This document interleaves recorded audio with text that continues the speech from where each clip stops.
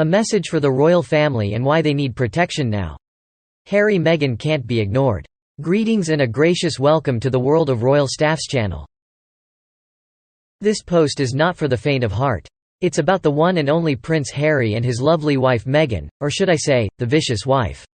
It's not often that we see such a dark trajectory in a royal family member. Have you ever heard of Prince Dipendra Nepal?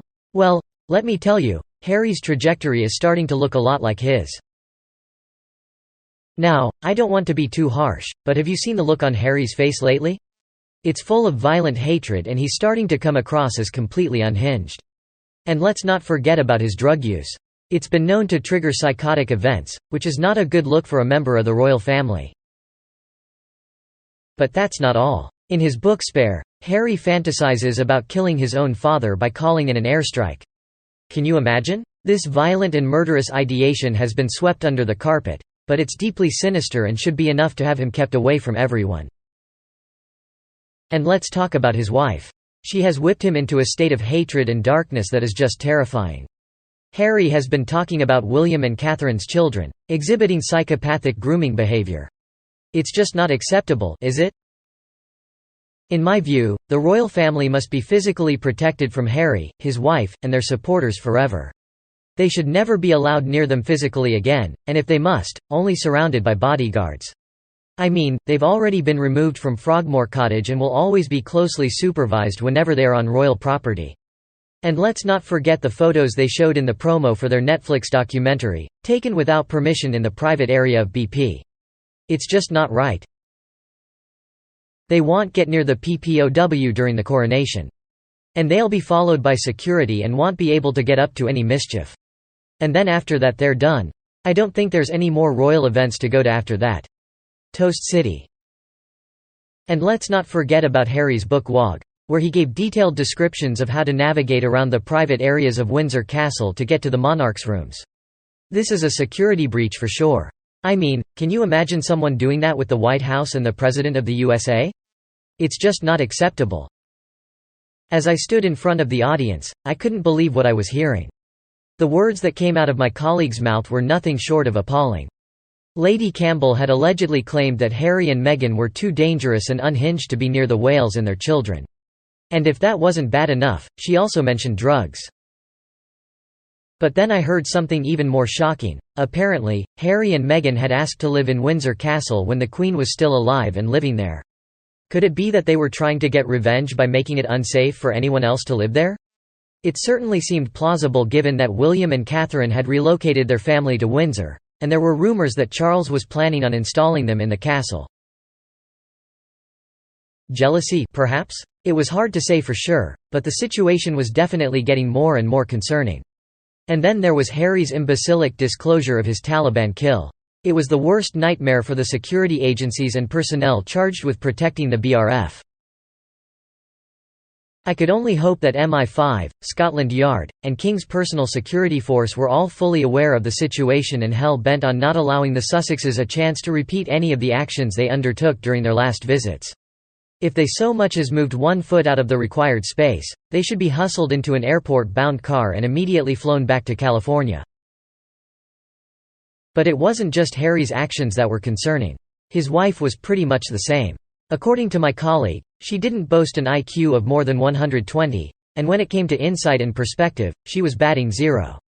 We could speculate with a fair amount of certainty that she plagiarized her way through high school, into, and through Northwestern University.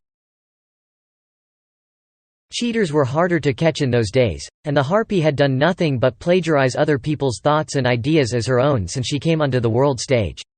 It stood to reason that it was her modus operandi before achieving such notoriety. But the scariest thing about her was that she was an absolute genius at scheming, manipulating, bullying, harassing, and harming other people. My colleague believed that she was fully capable of physically harming those she hates or arranging for one of her especially psycho sycophants to do it for her. Without question, numbers 1 and 2 on her hit list were Catherine and Charlotte Wales. In fact, she'd like to take out the entire Wales family, as she admitted with the infamous plane crash comment. Dragging children he's been told repeatedly leave alone into his meltdown is too far. It shocked me that he openly admitted in his book that he pretended to call a false airstrike on his dad. And I'm shocked more people don't talk about it. It became clear that Harry was deeply troubled. He seemed to run on hatred and had let slip that he often let his mind go to some very dark places.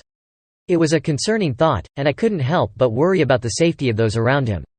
After all, we've all heard stories of disgruntled family members showing up in the middle of the night and committing unspeakable acts of violence. I couldn't help but think about the royal family and their current situation. Harry was clearly unwell, and I wondered if he posed a threat to those around him, including the royals. Even though they had guards and security, there was always a risk that Harry could do something reckless. It was a sobering thought, and I couldn't help but feel a sense of unease. He enjoys hurting people. It's why he got with Meghan in the first place. He knew the damage she could do, and I believe he encouraged her.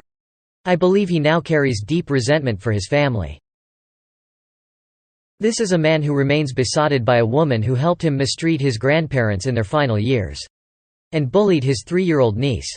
And tried to cause trouble in Wales's marriage. And made Catherine cry. And encouraged by her and fueled by his paranoia and avarice, who knows what he could be capable of. He does not have any redeeming qualities and has a nasty streak a mile wide. As I continued to look into it, I realized that people were giving too much power to Harry and Meghan. Sure, they might seem influential, but they were no match for the British royal family. The royals had resources that most people couldn't even imagine, and they probably knew more about Meghan than anyone else. They had been watching her every move, waiting for the right moment to make their move. And when the time came, they struck. They got rid of their problem, overseas and with clean hands. It was a masterful move, and I couldn't help but be impressed. Harry and Meghan might have thought that they had played the royals, but in reality, they had been outmaneuvered. After the coronation, Harry and Meghan would be done. Their royal connection would die, and they would be left to fend for themselves. Their titles would be quietly dropped, and no one would even bat an eye. It was a sad thought, but it was also a necessary one. The royals had to protect their legacy, and sometimes that meant making tough decisions. As I put my phone down and thought about everything I had just read, I couldn't help but feel a sense of unease. The world was a complicated place, and even the most powerful families weren't immune to the dangers that lurked around every corner. All we could do was hope for the best and prepare for the worst. Thanks for watching my video. I hope you found it informative and entertaining. If you enjoyed it, please don't forget to like and subscribe to my channel for more content like this. And if you have any feedback or suggestions, please leave them in the comments below. See you in the next one.